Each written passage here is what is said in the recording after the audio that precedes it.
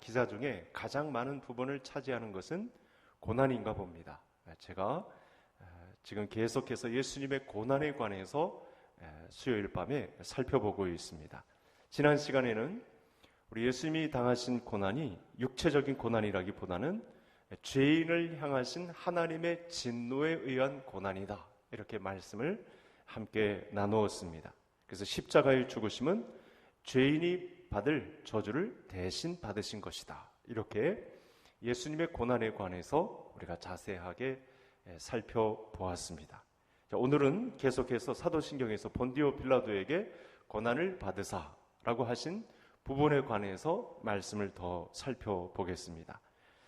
우리가 이 사도신경에서 빌라도에게 고난을 받으사라는 부분을 살펴볼 때 이 구절 때문에 죄를 빌라도에게만 물으려는 경향이 있습니다. 물론 우리가 전체적으로 그 행정상의 모든 법 집행을 빌라도가 최종 결정권을 가지고 집행했기 때문에 마땅히 빌라도가 받을 부분도 있습니다. 그런데 우리가 예수님의 고난을 살펴볼 때 빌라도만 그랬겠느냐라고 하는 의문을 가지고 오늘 본문 말씀을 한번 접근을 해보겠습니다. 우리가 성경에서 오늘 본문을 읽는 과정에서도 발견되듯이 여러분, 빌라도는요, 예수님을 풀어주기 위해서 아주 부단히 애를 쓰는 그런 모습이 나타납니다. 그의 부인도 이 과정 중에 이 사람에 대해서 조심할 것에 대해서 이르는 그런 장면도 있습니다. 그러니까 빌라도는 예수님에게 최종적으로 사형을 언도할 생각이 추호도 없는 사람입니다. 심지어 빌라도는 예수님이 범상치 않은 인물임을 중간에 알아보고 두려워하기까지 하는 인물로 등장합니다. 이게 잘못 건드렸다, 이 생각이 들면서 이 범상치 않은 인물임을 알아보게 되면서 두려워하게 되는 그런 과정이 있습니다.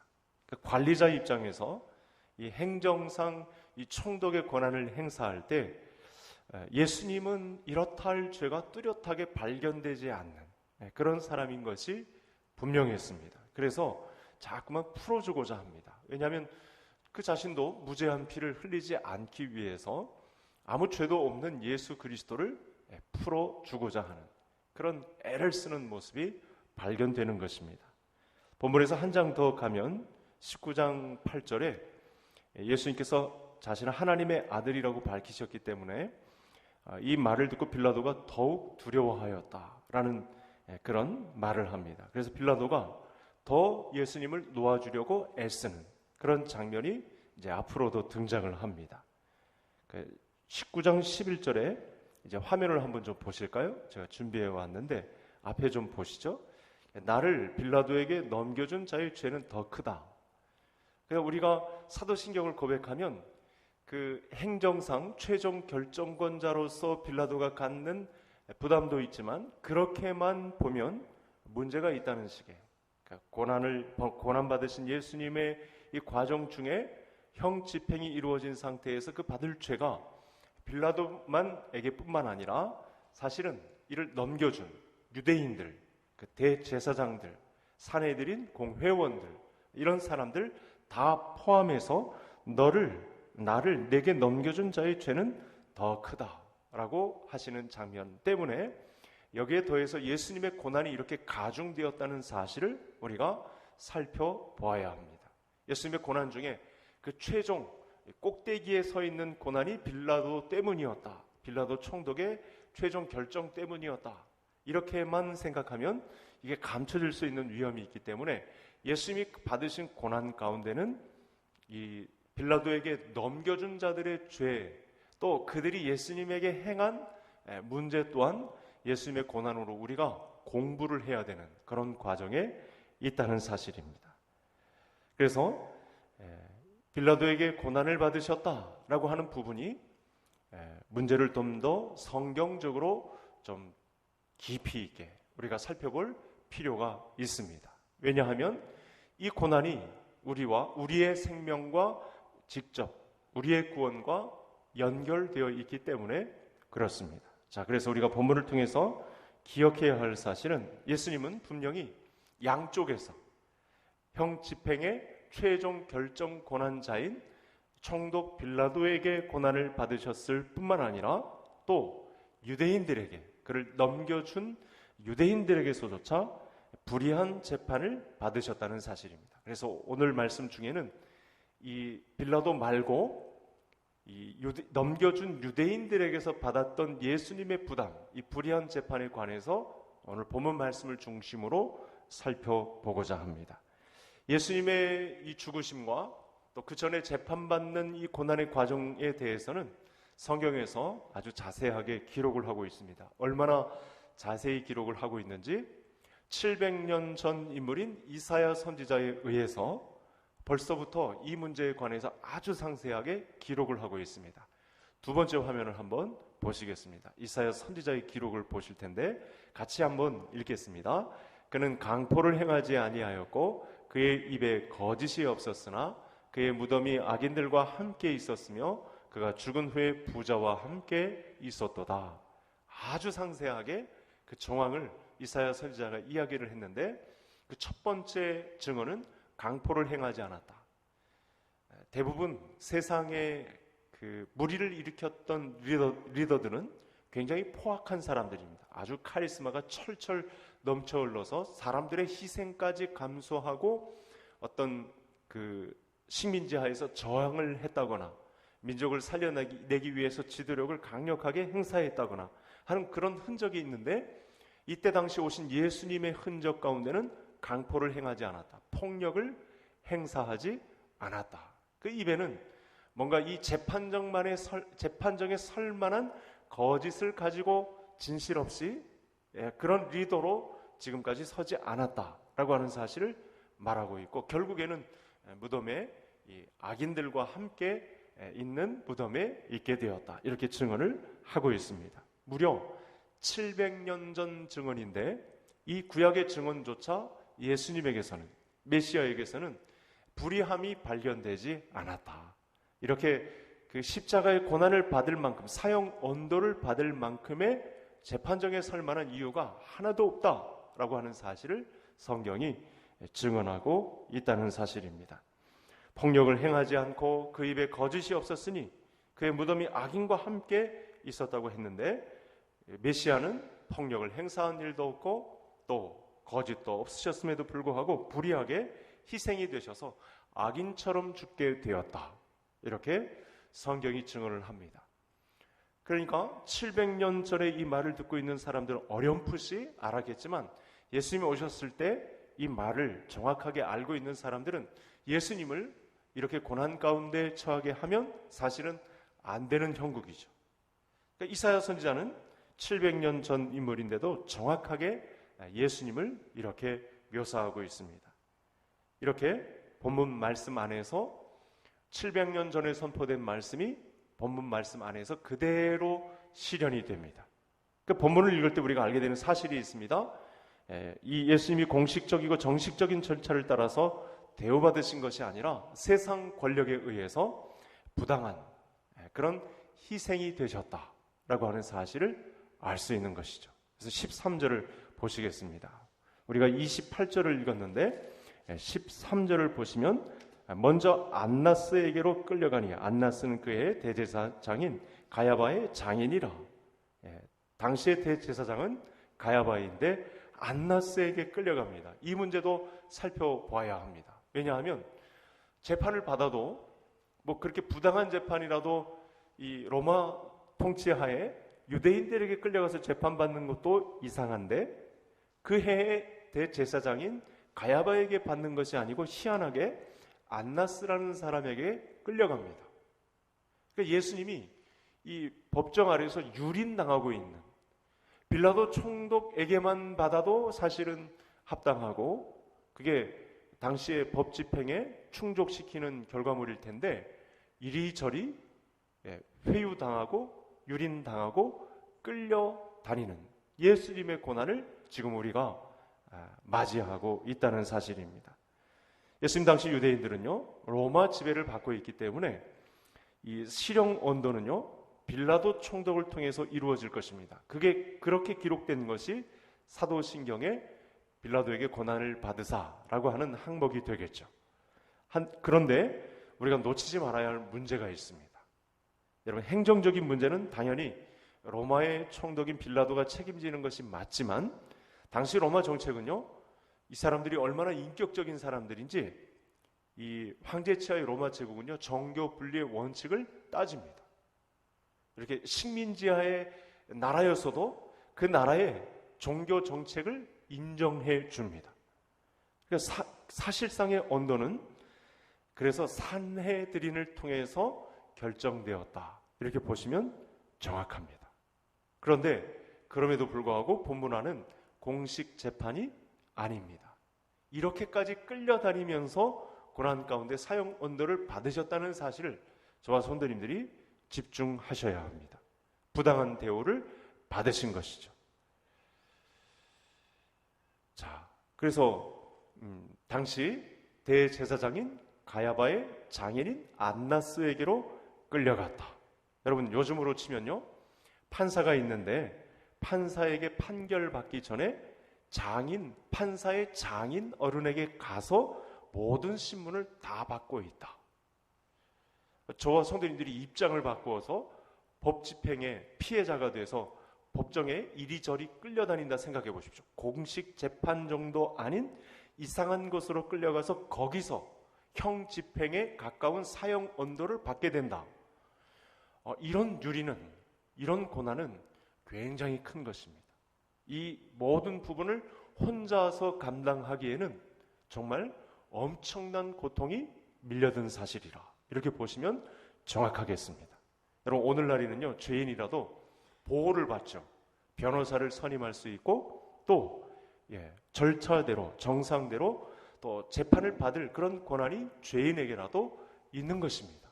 그런데 지금 뭔가 비밀리에 대제사장은 가야바인데 안나스의 이 집으로 끌려가고 거기서 거의 마치 실세인 듯한 사람이 거기서 예수님에 대한 죄를 지정하는 그런 일이 있었다는 사실입니다.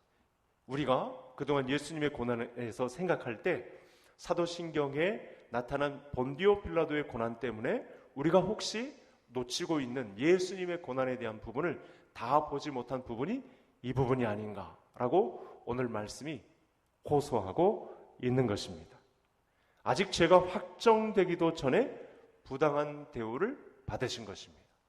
이 부분을 살펴보지 않을 수 없는 이유가 여기서 결정된 이 형 집행이 그대로 예수님에게 적용된다는 사실이죠. 이 압박이 얼마나 컸는지 빌라도도 이 압박을 견디지 못하고 그대로 형 집행을 결정하게 되는 자리에 이른 것입니다. 공식적인 재판이 열리기도 전에 정식 재판이 아닌 사석 재판, 그 출처도 이름도 잘 알 수 없는 안나스라는 사람에 의해서 임의의 재판에 넘겨지고 불의한 재판이 저질러진 것입니다. 여러분, 우리가 죄를 지었더라도 정당한 절차와 방법에 의해서 집행되었다면 어느 정도 수긍을 하겠는데 죄도 없는 데다가 이상한 자리에 끌려가서 죄 정함을 받는다는 것, 이것만큼 더한 고통이 있겠는가라고 하는 질문이 되겠습니다. 자, 그러면 왜 가야바가 아닌 안나스에게 끌려갔을까? 이 문제를 조금 더 살펴보겠습니다. 기록에 의하면 이 안나스라는 사람이 대제사장입니다. 다른 성경을 보면 안나스도 대제사장으로 나옵니다. 그런데 이 예수님 당시 주후 5년부터 15년까지 이렇게 대제사장 재위 기간이 있었는데 이 총독, 그러니까 빌라도 총독 이전에 발레리오스라는 총독이 있었는데 이 사람에 의해서 해당 행위를 한지라 해임을 당한 것입니다. 지금은 이 가야바의 장인으로만 머물러 있지 엄격한 의미에서 대제사장은 아닙니다. 그런데 사실은 알고 보면 이 안나스가 실권을 행사하는 이 산헤드린 공회에 아주 실권을 장악한 인물이라는 사실을 알 수 있죠. 그렇지 않으면 가야바의 재판정에만 갈 수 있는데 안나스에게 갈 이유가 전혀 없는 것이죠. 그러니까 안나스는 예수님에게 진술을 요구하거나 또는 법률상의 절차를 진행할 권리가 없는 사람입니다.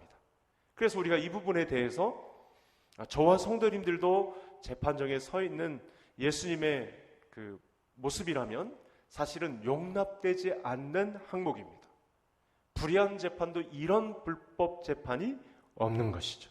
그런데도 재판권을 행사할 수 있는 비밀이 있습니다. 실제 권력을 행하는 사람이었다.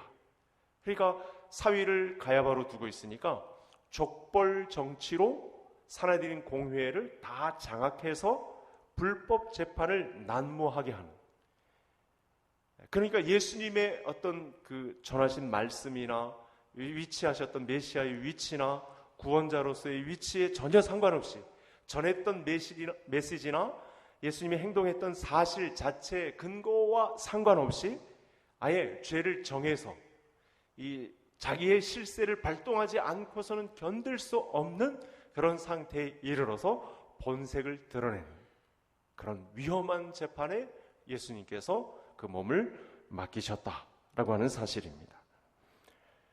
불의한 세상 권력 구조가 어떤 행사를 하는지 아마 성도님들이 이미 알고 있는 분들도 있을 것입니다. 영화에 보면 베테랑이라는 그런 영화가 있는데 바로 이런 불의한 권력에 의해서 부당한 재판을 받는 그런 사례가 아주 크게 나오는 그런 영화입니다. 이런 막강한 권력 구조를 가진 집단은 여러분 사회 정의, 어떤 바른 일을 추구하는 그런 유익한 사회 질서를 추구하는 것과는 전혀 상관없이 자신들의 세력을 유지하는데, 그리고 자신들의 이 세력을 확장하는데, 자신들의 세력을 더 견고하게 결집하는데 불의한 재판까지 사용합니다. 여기에 예수님께서 휘말려 들어가셨다는 사실입니다.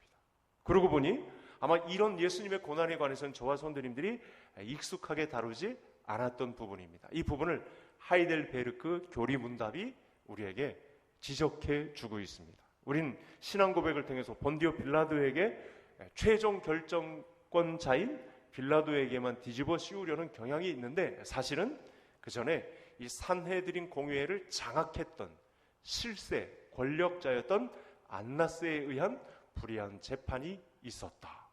그런 치욕스러운 현장이 있었다. 이제 고난으로 치면 이런 부분은 정말 감당하기 힘든, 피의자 입장에서도 사실은 이런 불법한 재판에 의해서는 절대 그런 죄인에 대한 고난을 맡기고 싶지 않은 그런 형국이었던 것이죠. 더구나 하나님이시지 않습니까?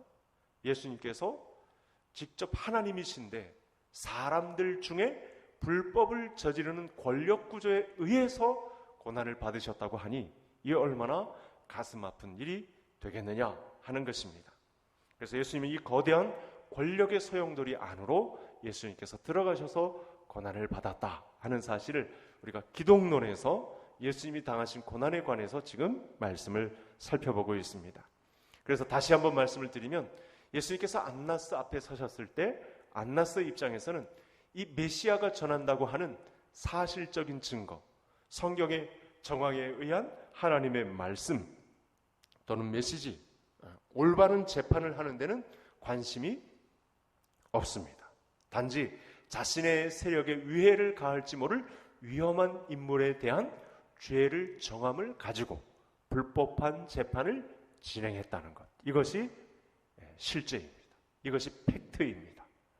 만약에 안나스가 옳고 그름을 가리기 위해서 재판을 했다 그러면 예수님의 이야기 듣고 무엇이 옳은지 무엇이 잘못됐는지 가리려 했을 것입니다. 그런데 그런 재판 자격도 없는 사람입니다. 단지 산헤드린 공회를 움직이는 실세였을 뿐입니다. 그 자리에 예수님이 갈 이유도 없는 건데 사실은 그 자리에까지 끌려갔다는 사실에 이 고난의 정도가 아주 위중합니다. 19절을 한번 보시기 바랍니다. 우리가 28절부터 읽었는데, 이 안나스는 예수님에게 가르친 교훈이 무엇인지도 물었습니다. 근데 이 안나스가 질문했던 것은 궁금해서 질문한 것도 사실은 아닙니다. 무슨 교훈을 가르쳤는지 들어보고 옳고 그른 마음을 따질 마음이 있었다면 사실은 그동안 수집한 증거도 굉장히 많거든요. 증인들도 많고 예수님이 말씀하신 설교 내용이 얼마나 많습니까? 근데 예수님이 질문하고 있지만 무엇인가 들어보고 가부를 판단해보자, 이런 의도가 절대 아니라는 거죠. 계속해서 말씀을 드리지만 죄가 있었다고 실토하라. 사실을 알고 보면 내 죄가 이러했으니 내 죄를 인정하라. 이렇게 유도신문하는 과정인 것을 알 수 있습니다.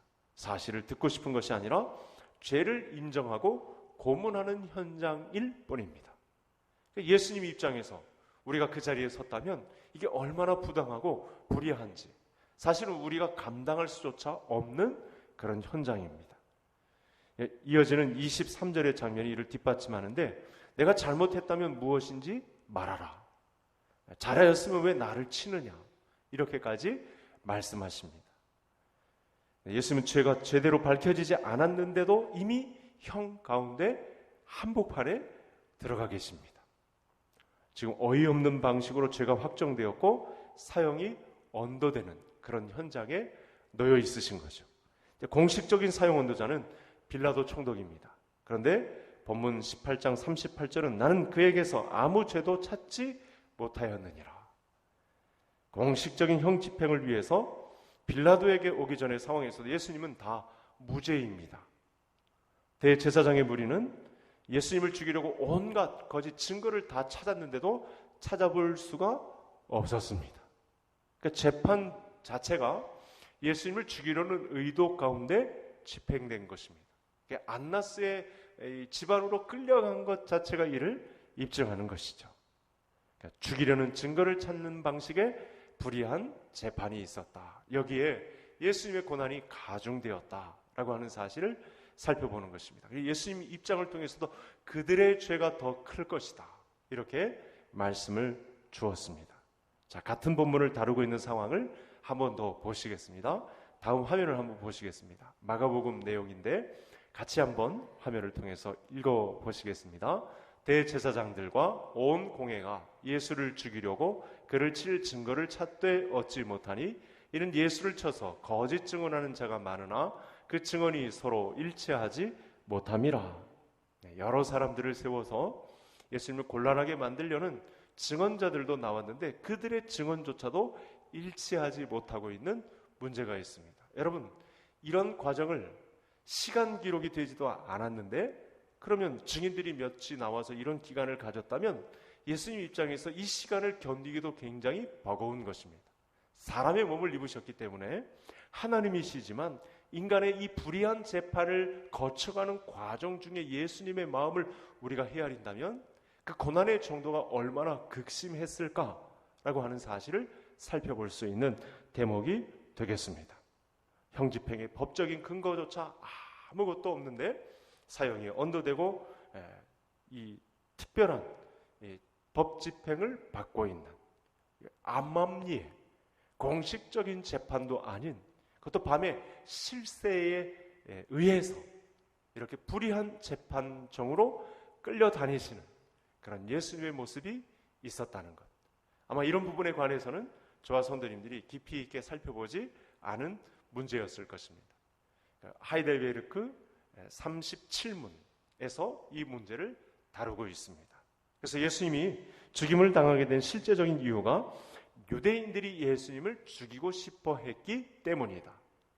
아까 말씀을 더해서 이렇게 결론을 내리자면 물론 형 집행의 공식적인 권한을 가진 빌라도의 문제 책임도 간과할 수 없지만 그보다 더 큰 문제는 그 예수님의 고난 가운데 있는 이 불의한 재판의 문제는 유대인들이 예수님을 죽이려 하는 문제에 있었다는 것, 우리가 분명히 짚어보고 넘어가야 할 사항이 되겠습니다.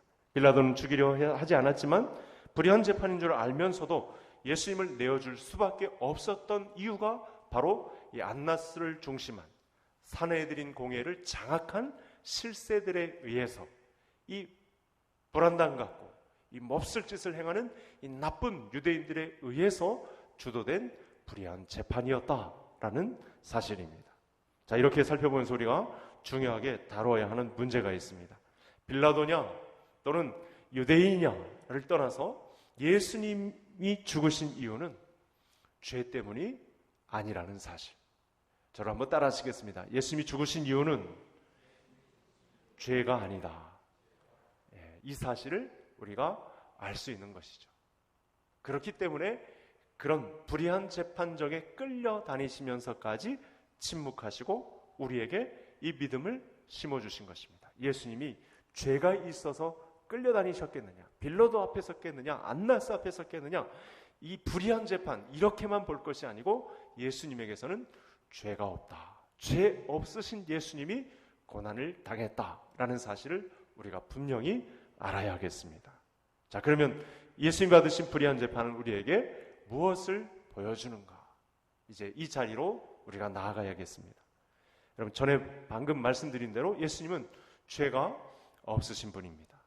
세상의 재판관인 빌라도도 무죄를 언급했습니다. 그의 아내도 이 문제에 관해서 손 뗄 것을 남편에게 요구했습니다. 이 결과로 인해 예수님을 죄인으로 몰고 간 재판 자체가 불의하다라고 하는 사실이 만천하에 공개가 되는 것이죠. 그러면 그럴수록 그 음침한 곳에서, 어두운 곳에서, 공식도 아닌 그런 자리에서 실세가 집행하는 재판일지라도 그런 재판이 도드라질수록 예수님은 죄가 없다는 사실이 만천하에 드러났다는 사실입니다. 이것으로 끝나는 것이 아닙니다. 성경이 이를 증언하고 있죠. 이런 모든 문제를 잘 알고 있는 사도 바울이 이 문제에 관해서 좋은 해석을 내놓았습니다. 이 문제도 한번 살펴보겠습니다. 우리 마지막 화면인데 한번 보시겠습니다. 같이 한번 읽겠습니다. 예수는 우리가 범죄한 것 때문에 내줌이 되고 또한 우리를 의롭다 하시기 위하여 살아나셨느니라. 이 모든 바탕에는 예수님께서 이렇게까지 암암리에, 그리고 결정권자도 아닌 불의한 재판이 저질러지는 곳에서 예수님께서 고난을 당하신 이유는 무엇 때문이었죠? 죄 없으신 예수님이 우리를 의롭다 하시기 위해서 살아난 것, 여기에 우리에게 은혜가 된다는 사실입니다. 하나님은 가장 의로운 재판장이 되시는 것이죠. 그렇게까지 했어도 죄를 찾을 수 없었던 재판 현장이라면 하나님만이 의로운 재판장이 되신다는 사실이고, 예수님을 재판하는 이들은 불의한 재판관임이 드러나는 것이고, 그렇게 될수록 우리에게서는 더군다나 예수님이 이 모든 저주를 다 감당하심으로 우리에게서는 그 짐을 지지 않게 하시려는 구원의 역사가 예수님에게서부터 일어났다. 이것이 바로 믿음이다 라고 하는 사실을 알 수 있습니다. 그래서 다시 한 번 더 우리가 그 은혜에 의한 믿음으로 말미암아 구원을 받았나니 라고 하는 사실이 성립되는 것입니다. 그래서 오늘도 저는 이 문제를 하나님에 의한 믿음으로 우리가 구원을 선물로 받았다, 이렇게 말씀을 드리고 싶습니다. 고난이 심각할수록, 그 불의한 재판이 저질러지는 어둠 속 고난을 참고 계셨던 예수님 때문에 우리가 그 은혜에 의한 믿음으로 말미암아 구원을 선물로 받았다. 이 사실이 오늘 예배에 참여한 모든 성도님들에게 복이 되시기를 주의 이름으로 축복합니다. 생각을 해보십시오. 예수님께서 왜 이 불의한 재판에 자기 자신을 내어주셨을까요? 우주에서 가장 공정하신 재판장이신 하나님이 어떻게 자기 아들을 이 세상의 가장 폐악한 악랄한 재판장들에게 자기 아들을 그렇게 내어주실 수 있을까? 이 말은요, 여러분, 온 우주의 재판관이신 하나님이 불의한 재판관에게 재판을 받으신 것이나 마찬가지입니다. 이렇게 대입해 볼 수도 있어요. 그건 최소한의 대입이라고 할 수가 있겠는데, 우리나라 헌법재판관이요, 재판관 중에 제1인 헌법재판관이 동네 마을회관에서 인민재판을 받으신 거나 마찬가지, 그보다 더한 일이죠, 사실은. 그렇다면 반드시 이 문제에서 우리가 알아야 할 것이 있다는 사실입니다. 하나님이 이렇게 세상의 재판정에서 재판을 받으신 이유는 우리를 참의의 재판으로부터 건지시기 위해서. 여러분, 그림이 좀 그려지십니까? 우리가 반드시, 더럽혀진 우리가 반드시 재판을 남겨놓고 있는 사람들인데, 마지막 심판 때 서 있을 수밖에 없는 사람들인데, 그 재판으로부터 우리를 피하게 하시기 위한 사전 작업이 그 아들 예수 그리스도로부터 우리에게 주어졌다는 사실. 심지어 요한복음 3장 16절 이하에서는 이 심판을 받는 자리로부터 우리를 피하게 하시기 위한, 심판으로부터 아예 멀어지게 하시기 위한 예수님의 사전 작업이었다고 우리에게 말씀을 증언하고 있습니다. 이분 앞에 감사와 찬양과 영광이 있어야 하지 않을까요? 예, 그 참 의로우신 재판장이신 하나님 앞에 심판을 받을 자리를 피하게 하도록 예수님께서 그 자리까지 가셔서 재판을 받으셨다는 사실을 요한복음 3장 16절 이하에서 이 말씀을 하고 계십니다. 가장 혐오할 만한 재판의 장소에서 재판받으심으로 만물의 모든 입들을 다 닫게 하신 것이죠. 얼마나 감사한 일인지 모릅니다.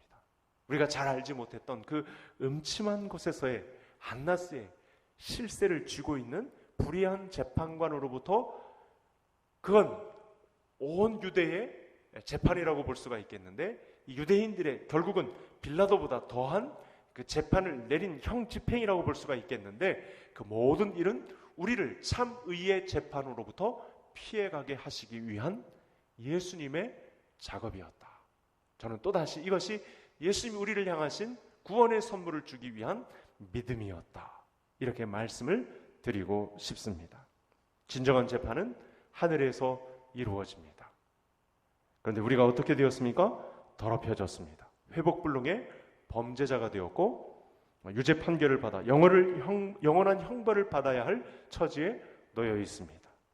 그런데 예수님이 이 모든 상황을 미리 아시고 우리를 건져주시기 위해 이렇게 이리저리 끌려다니시는, 사람이 겪을 수 있는 형 집행의 가장 극악무도한 악랄한 재판의 자리에 던져지시면서까지 이 재판을 받으셨다는 사실입니다. 이것이 본디오 빌라도에게 고난을 받으사라고 했을 때 고난을 받으사에 해당하는 우리가 유심히 살펴보아야 할 예수님의 고난의 현장, 이조차도 예수님이 받으신 고난과 핍박의 현장이 우리에게는 믿음의 선물인 구원을 안겨주었다는 사실을 알 수 있는 것입니다.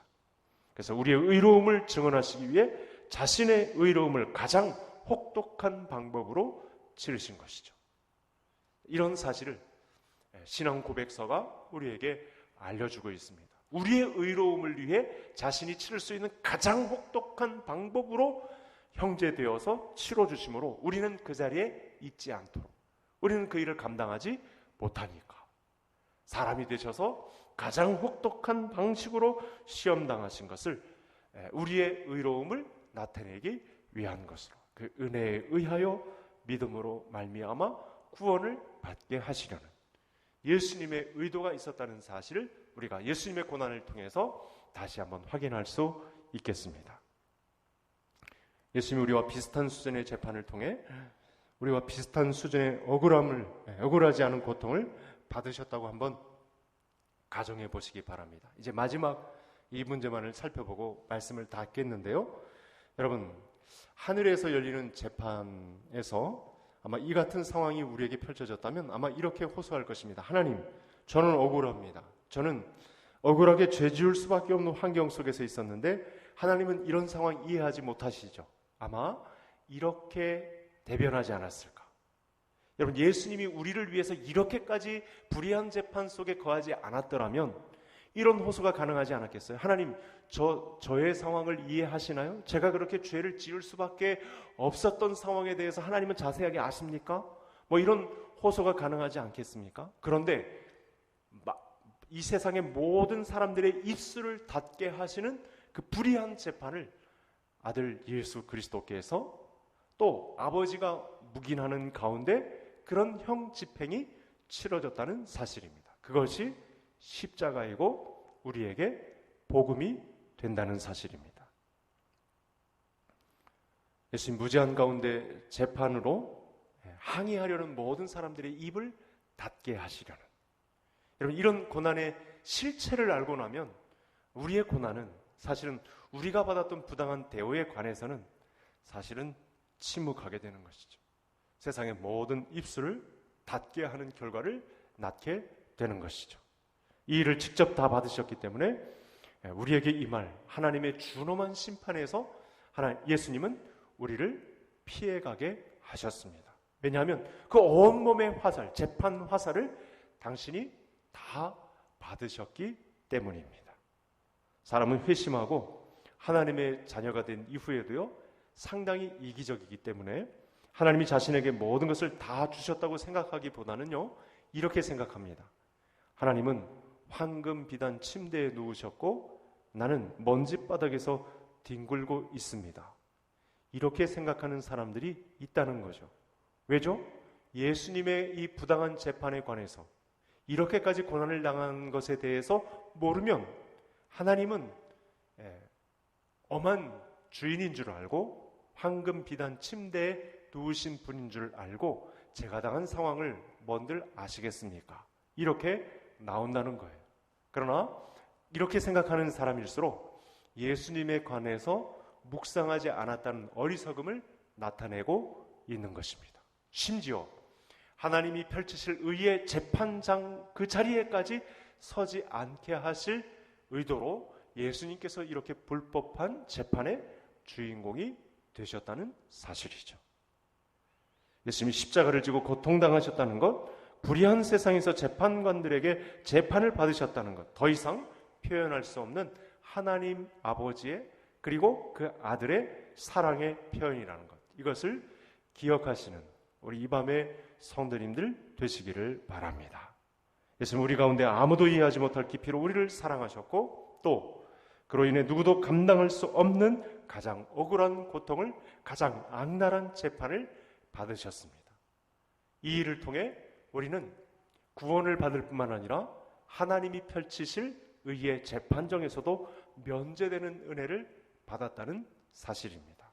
죄는 제가 인쳤기 때문에 통과입니다.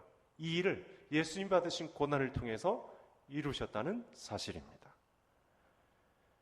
자, 이것이 불의한 재판관들에게 불의한 재판을 받으신 이유가 되겠습니다. 이 재판을 받으신 주님께 감사와 찬양과 영광을 올리시고 우리 저와 성도님들이 이와 같은 시대에 당하는 고난과 핍박이 있다면 오히려 더 내게 올 것이 왔다 즐겁게 여기시고 예수님의 고난에 동참되었다는 사실로 말미암아 환난 중에서도 즐거워하시는 믿음을 나타내시는 우리 개성의 모든 가족들이 되시기를 주의 이름으로 축복합니다. 하나님 아버지 감사합니다. 오늘도 귀한 은혜의 말씀, 예수님이 고난을 받으셨던 자리를 더 깊이 추적해서 불의한 재판 가운데 있었던 안나스의 뜰에 있었던 예수님을 생각하며 우리가 받은 은혜에 의한 믿음이 얼마나 큰 것인지 알려주시니 감사합니다. 우리가 다만 침묵하고 말을 아끼고 예수님이 내게 베푸신 이 생명의 은혜를 다른 사람들에게 전하기까지 하나님 그 현장에 실제로 서 있는 복음 전하는 자로 귀한 삶을 살 수 있도록 저희를 도와주옵소서. 하나님 사람을 통해서 일하시는 하나님 앞에 다른 사람의 생명 구원하는 일에 온전한 쓰임을 받는 저희들 될 수 있도록 오늘 이 시간 믿음의 진보를 일으켜 주옵소서. 그렇게 된 줄로 믿고 이 재판을 받으신 주님께 감사와 찬양과 영광을 올리며 예수님의 이름으로 기도하옵나이다. 아멘.